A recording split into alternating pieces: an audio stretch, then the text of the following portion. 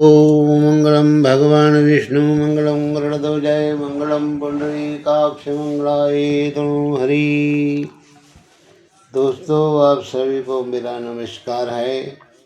तो आज मैं आपको 22वें अध्याय की कथा जो है सुनाऊंगा। तो राजा पृथु ने कहा कि हे नारद जी, आप कृपा करके मेरे से ये बताइए कि वृंदा को मोहित करके विष्णु जी ने क्या किया और वे कहाँ गए। जब देवता स्तुति करके मौन हुए तब भगवान शंकर जी ने प्रसन्न होकर देवताओं से कहा कि हे ब्रह्मा आदि देवताओं, जलंधर तो मेरा ही अंश था। मैंने उसे तुम्हारे लिए नहीं मारा, ये मेरी संसारिक लीला थी। फिर भी आप लोग सत्य कहिए कि इससे आप खुश हुए या नहीं। तब ब्रह्मा आदि देवताओं के नेत्र हर्ष से खुल गए। उन्होंने शिव जी को प्रणाम करके विष्णु जी का सारा वृत्तांत कह सुनाया, जो उन्होंने बड़े प्रयत्न से वृंदा को मोहित किया था। वे अग्नि में प्रवेश करके परम गति को प्राप्त हुई। तो देवताओं ने ये भी कहा कि तभी से वृंदा की सुंदरता पर मोहित हुए। विष्णु जी उनकी चिता की राख लपेटे हुए इधर उधर घूमते हैं। अतः आप उन्हें समझाइए, क्योंकि ये प्राकृतिक चराचर आपके अधीन है। देवताओं से ये सब सुनकर शंकर जी ने उन्हें अपनी दुस्तर माया समझाई और कहा कि ये सारा जगत उसी के अधीन है। उसी से मोहित विष्णु भी काम के बस हो गए हैं। परंतु महादेवी उमा त्रिदेवी की जननी, सबसे परे वे मूल प्रकृति परम मनोहर और वही गिरजा भी कहलाती हैं। तो विष्णु जी का मोह दूर करने के लिए आप सब उनके शरण में जाएं। यदि वे प्रसन्न होंगी तो आपका सब काम हो जाएगा। शंकर जी की आज्ञा पाकर सब देवता मूल प्रकृति को प्रसन्न करने के लिए उनके पास चले और उनके पास जाकर स्तुति की। तो आकाशवाणी हुई कि हे देवताओं, मैं तीनों गुणों से पृथक होकर स्थित होती हूँ। सतोगुण से गौरी, रजोगुण से ज्योति रूप हूँ तथा आप लोग मेरी रक्षा से यदि सादर उन देवियों के पास जाओ तो वे तुम्हारे मनोरथों को पूरा कर देंगी। ये सुनकर देवताओं की आंखें खुल गई और वे भगवती को आदर करते हुए, नमस्कार करते हुए गौरी, लक्ष्मी और सरस्वती के प्रणाम करने चले गए। सब देवताओं की भक्ति देखकर प्रार्थना से और वे सब देवियां प्रकट हो गई। सभी देवताओं ने खुश होकर के निवेदन किया। तब देवियों ने कुछ बीज दिए और कहा कि इन्हें ले जाकर के वे भगवान विष्णु जी जहाँ वृंदा की चिता में लेटे हैं तो वहाँ जाकर के इन बीजों को भगवान विष्णु जी को पास चले जाना और चिता में डाल देना।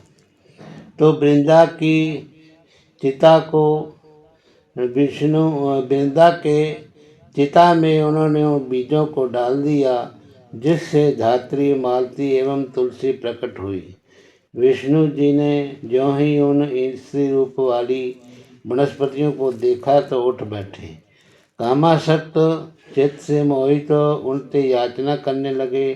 धात्री व तुलसी ने उनसे प्रीति की तो विष्णु सारा दुख भूल करके देवताओं से नमस्कृत हो अपने लोक को चले गए।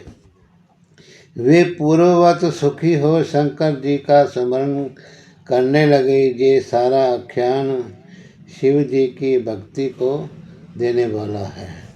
तो अब आप 23वें अध्याय की कथा को भी सुनिए। नारद जी ने कहा, हे राजन, इसी कारण से उद्यापन में तुलसी की जड़ में भगवान विष्णु जी की पूजा की जाती है। तुलसी का मूल प्रदेश भगवान विष्णु जी को खुश करने वाला है। हे राजन, तुलसी का पौधा जिस घर में विराजमान है वे घर तीर्थ के समान है उस घर में यमदूत नहीं घुस सकते। ये पौधा सब पापों को नाश करने वाला, मीठ फल देने वाला है। जो मनुष्य तुलसी का पौधा लगाता है वे यमराज को नहीं देखता। भगवान नंदी का दर्शन, गंगा स्नान व तुलसी के पौधे के संसर्ग, ये तीनों एक पुण्यप्रद हैं। तुलसी के पत्ते को छूने से कामिक, वाचिक, मानसिक आदि संपूर्ण पाप नष्ट हो जाते हैं।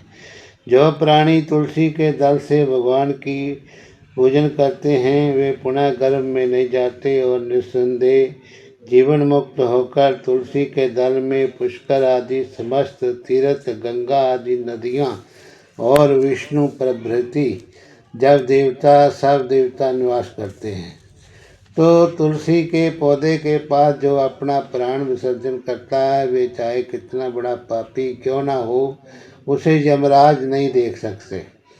हे राजन, जो लोग तुलसी के काष्ठ का चंदन लगाते हैं वे सहज में मोक्ष पा लेते हैं। उनके द्वारा किए गए पाप उनके शरीर को स्पर्श नहीं कर पाते। हे राजन, जहाँ तुलसी के वन की छाया हो वहाँ पर पितरों का श्राद्ध करना चाहिए।